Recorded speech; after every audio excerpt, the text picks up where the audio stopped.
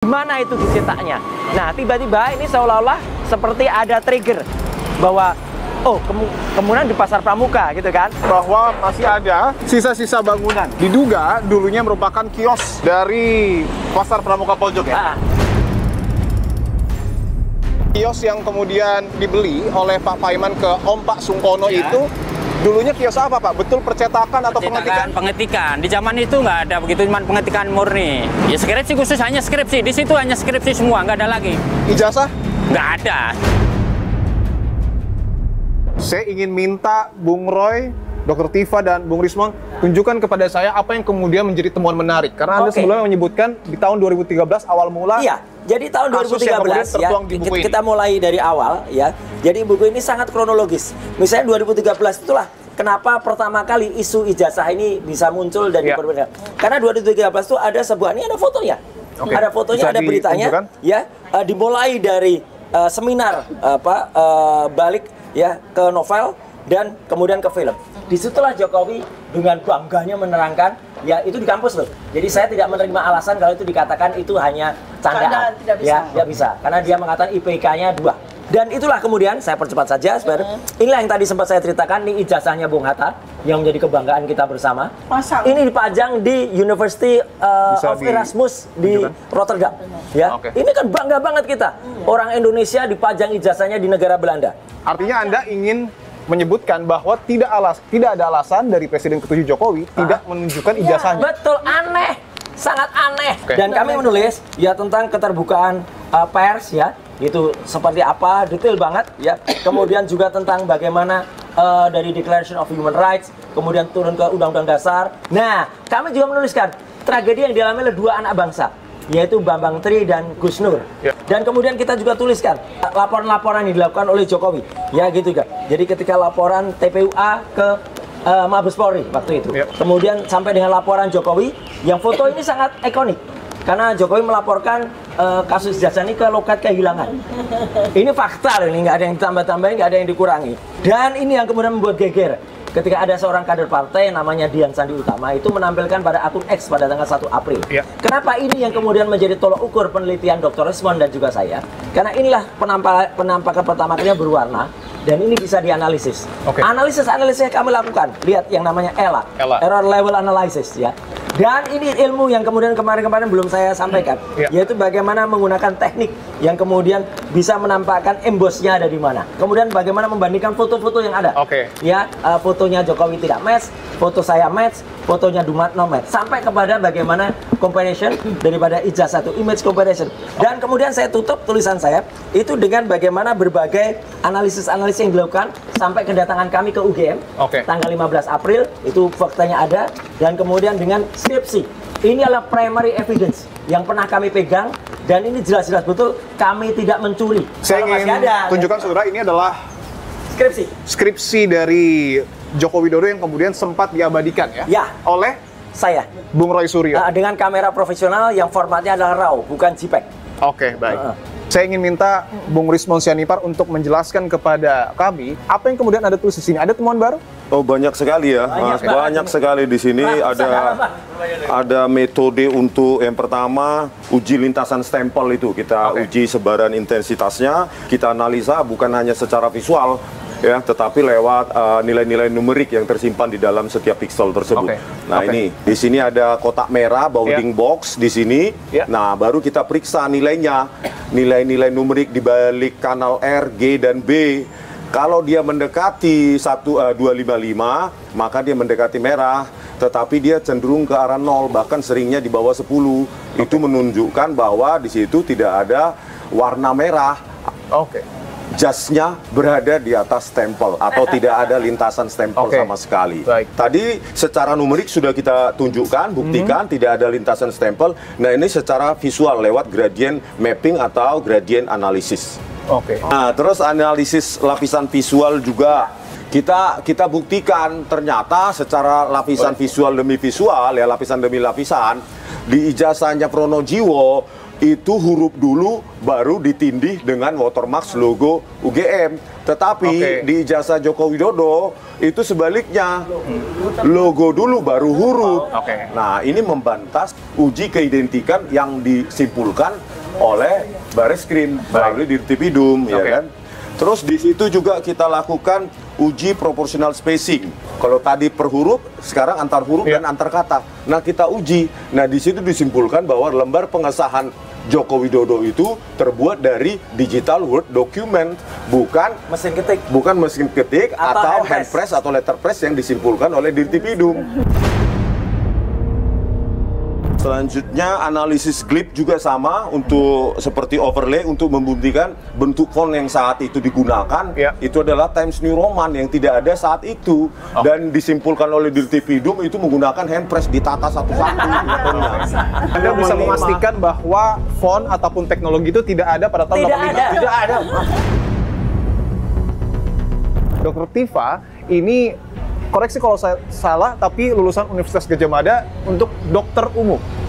Ya, S1-nya semua dokter pasti dokter umum. Ya, apa yang kemudian menjadi temuan dari ijazah palsu, Pak Joko? Ya, saya di sini saya menyumbang 150 halaman terakhir. Itu tentang bagaimana sebuah kajian dengan konsep dengan metode remote forensic analysis. Nah, kemudian dari situ hasilnya adalah sebuah metode di mana kita bisa melakukan sebuah analisis terhadap inkonsistensi sebuah dokumen sekaligus perilaku dari pemilik dokumen tersebut. Artinya Anda tidak hanya menganalisa dokumen tetapi juga perilaku Pak Jokowi. Iya. Dengan remote forensic analysis ini nggak perlu lie detektor karena kita bisa melihat mengkaji itu bahasa ini tubuh menarik. ya. Jadi otak itu kan luar biasa. Dia memproses bukan hanya sekadar bagaimana orang itu bisa mendapatkan ijazahnya, tapi bagaimana wajah dan badan tubuh berikut perilakunya itu bisa memberikan sebuah kejujuran. Nah, dan hasilnya? Jadi setiap kali yang bersangkutan itu menyampaikan tentang ijazah, menyampaikan tentang KKN, menyampaikan tentang Asmujo, yaitu ada neuroscience stress dan mekanisme self deception. Jadi dalam bentuk apa itu namanya AU24 itu namanya lip pressure. Lip pressure-nya muncul. Jadi tanpa dia sadari otaknya memproses supaya dia menahan narasinya. Artinya ketika Presiden ke-7 Joko Widodo setiap kali menyebutkan ataupun menyampaikan informasi terkait dengan ijazahnya, Anda mau menyebut Jokowi berbohong? Ya, bahasa tubuhnya itu kelihatan. Bahasa tubuh. Mungkin dalam bahasa sederhana orang menyebut ini mikro ekspresinya ada. Tapi ini ilmiah. Karena beliau belajar seorang neuron, neuroscience. Jadi pembuluh darah, urat syaraf itu bekerja dan menampilkan secara apa adanya gitu ya. Saya ingin tanyakan dan sedikit mengaitkan buku yang kemudian Anda bertiga tulis dengan proses hukum yang tengah berjalan. Apakah kemudian ini tidak membuka peluang bagi lawan-lawan Anda untuk kemudian melaporkan lagi Anda bertiga dengan buku yang Anda terbitkan? Apa takutnya kalau ilmiah? Anda tidak takut sama sekali? Anda bertiga tidak takut? Nggak ada masalah. Makanya itu yang kita pelajari, yaitu yang kita implementasikan. Resikonya ya memang ilmiah ya seperti itu, harus didebate, harus didiskus, dibantah kalau salah. Memang memang. Dan kami juga wajib mempertahankan. Dan ilmu pengetahuan itu bisa salah, bisa. Tapi kami berusaha betul untuk tidak salah. Tapi yang jelas kami tidak boleh bohong. Itu kami makanya validitasnya juga sangat kami jaga. Dan buku ini insya Allah dalam waktu singkat September itu sudah ada di 25 negara. 25 negara? 25 negara, dengan bantuan Forum Diaspora Indonesia. Sudah ada, dan buku ini nanti akan hadir di PBB. Karena akan dibawa oleh teman-teman diaspora di depan PBB, di mana salah satu agendanya Presiden Prabowo Subianto akan bicara di tanggal 23 September. Dan buku ini sudah sampai ke New York duluan. Jadi ijazah itu kan tahun 85 sudah diserahkan kepada yang bersangkutan. Artinya yang menjaga ijazah itu adalah yang bersangkutan. Oleh karena itu Universitas Gadjah Mada ini ya kita tidak mau berkomentar terkait dengan ijazah, a piece of paper yang sudah ada di yang bersangkutan. Artinya UGM juga tidak bertanggung jawab apakah yang beredar sekarang itu adalah yang diserahkan UGM dulu itu bukan? Kita tidak bertanggung jawab untuk itu. Saudara, saya sudah bersama dengan kuasa hukum dari Presiden ke-7 Republik Indonesia Joko Widodo dengan Bung Rifai Kusumanegara. Bung Rifai, terima kasih untuk waktunya. Sama-sama, terima kasih juga. Siap. Saya ingin konfirmasi dulu. Apakah kemudian 12 orang ini adalah pihak-pihak yang memang dilaporkan oleh Pak Jokowi ke Polda Metro Jaya? Nah, jadi tidak ya. Jadi perlu saya tegaskan, pada saat Pak Jokowi membuat laporan di Polda Metro, yang beliau laporkan itu adalah 24 peristiwa yang bersumber dari 24 link. Iya. Ya. Kenapa? Karena kembali lagi di dalam tindak pidana ITE itu kita tidak bisa secara serampangan menuduh nama orang. Apalagi kita harus menjaga asas praduga tidak bersalah. Mungkin yang termuat bisa dibocorkan Bang, apa saja? Banyak sih ya, ada 24 poin. Tapi kami lebih fokus sebenarnya begini. Di tayangan itu ada begini. Beberapa orang yang mengklaim dirinya ahli melakukan tampilan menggunakan aplikasi tertentu. Oke. Lalu mengambil objek ijazah Pak Jokowi dan beberapa data lainnya loh ya. Diambil fotonya, dipotong-potong ijazah itu, dimasukkan aplikasi, lalu disimpulkan bahwa ijazah ini sebenarnya milik Dulmanto. Gitu ya. Oke. Ini kan buat kami apa? Sampai ya, mohon maaf, Pak Jokowi sendiri bingung. Ini ijazahku kok jadi punya Dulmanto. Nah, secara kebetulan di dalam undang-undang ITE sendiri di pasal 32 35 diatur ya, 32 lebih kurang begini. Barang siapa melakukan pemotongan terhadap data elektronik tanpa izin. Ya.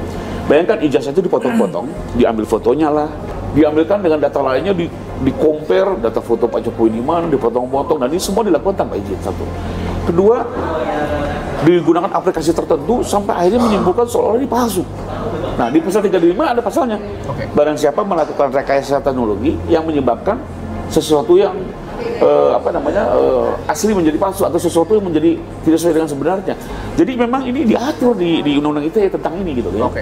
Nah, kami ingin ini didalami bahwa apakah nanti terbukti murni pasal atau tidak ya kita serahkan dalam proses penyidikan. Pak Jokowi sudah wanti-wanti jangan sampai orang yang tidak bersalah terseret, tapi juga jangan sampai orang yang bertanggung jawab malah dilepaskan. Karena yang menarik adalah bahwa di tengah proses penyidikan yang sedang berlangsung, sedang dilakukan oleh penyidik, Roy Suryo dan kawan-kawan juga meluncurkan sebuah buku berjudul Jokowi's White Paper. Saya ingin minta tanggapan Anda terkait peluncuran buku itu. Ya.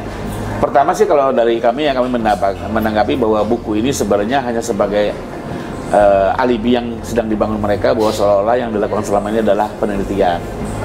Banyak keraguan kami terkait dengan penelitian ini. Namanya penelitian itu biasanya dilakukan uji internal dulu, setelah disimpulkan baru diekspos. Bahkan tidak semua hasil penelitian boleh diekspos. Ada yang bisa masuk Scopus, ada yang tidak gitu ya. Itu ada. Tapi kalau ini terbalik nih, diekspos dulu baru disimpulkan, itu satu. Yang kedua, kalau betul penelitian harusnya komprehensif dong. Ya, kami diberi ruang juga untuk melakukan klarifikasi. Di dalam buku UGM juga harus diberikan ruang, harusnya. Tapi tidak sama sekali. Baik kami UGM pun tidak diberi ruang. Hanya gara-gara di Barreskrim itu yang ditampilkan misalnya transkrip itu hanya 2 halaman. Padahal transkrip itu totalnya 4 halaman. Lalu dia bilang nggak ada tanda tangan pembuat. Ya iya, orang 2 halaman pertama. You kan nggak lihat halaman keempat. Terus, oh tidak ada lembar penguji. Mas saya lihat langsung. Ada lembar pengujinya. Saya dengan mata kepala, saya diperlihatkan dengan UGM yang menguji skripsi Pak Jokowi itu ada Profesor Ahmad Sumitro, Insinyur Sofyan, Insinyur Burhanuddin. Mereka tanda tangan nilainya A. Bahwa itu tidak dilampirkan dalam skripsi soal lain. Tapi bahwa ada pengujinya gitu loh. Tapi kan kembali lagi, kalau penelitian ini juga mendengar versi UGM, mendengar versi Pak Jokowi, mungkin kan lebih lengkap. Kalau sepihak begini kan akhirnya bisa menjadikan buku itu hanya menyesatkan atau akhirnya menjadi buku fiksi. Ada satu lagi hal yang cukup menarik ketika saya membuka lembaran buku Jokowi's White Paper dan itu ditekankan oleh Bung Roy Suryo bahwa ada satu capturean ijazah milik Bung Hatta yang kemudian bisa diakses publik dan dipamerkan di Belanda dan kemudian dibandingkan dengan sikap Pak Jokowi yang tidak ingin memperlihatkan ijazahnya. Tanggapan Anda? Ini soal ditunjukkan atau tidak, kami di dalam tim termasuk dengan Pak Jokowi juga pernah mendiskusikan secara panjang lebar. Bahkan juga sempat terjadi perbedaan pendapat antara perlu ditunjukkan atau tidak. Tapi setelah kita mengkaji secara menyeluruh, ya kami melihat ini memang ada tujuan-tujuan politis bahkan tujuan lain di luar tujuan untuk mencari kebenaran. Analisa Anda apa tujuan?